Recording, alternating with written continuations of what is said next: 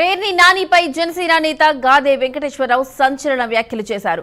పవన్ చంద్రబాబు గురించి మాట్లాడితే శవం కూడా దొరకదు అంటూ హెచ్చరించారు.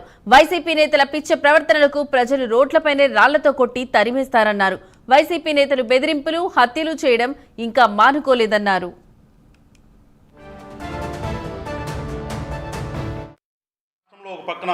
ప్రభుత్వం ఉన్నటువంటి కూటమి ప్రభుత్వం రాష్ట్రానికి మంచి చేయాలి, ఏ రకంగా రాష్ట్రంలో పెట్టుబడులు తీసుకురావాలి, ప్రజలకు ఏ రకంగా మంచి చేద్దామనే ఒక ఆలోచనతో ముందుకెళ్తూ ఉంటే ఈ రాష్ట్రం చేసుకున్నటువంటి దౌర్భాగ్యం ప్రతిపక్ష హోదా లేనటువంటి ప్రతిపక్ష పాత్ర పోషించాలనేటటువంటి వైఎస్ఆర్ పార్టీలోని పెద్దలందరూ కూడా ఏ రకంగా రాష్ట్రంలో అలజడులు సృష్టించాలని ప్రయత్నం చేస్తున్నారో రాష్ట్ర ప్రజలందరూ కూడా అర్థం చేసుకోవాలనుకుంటున్నాం.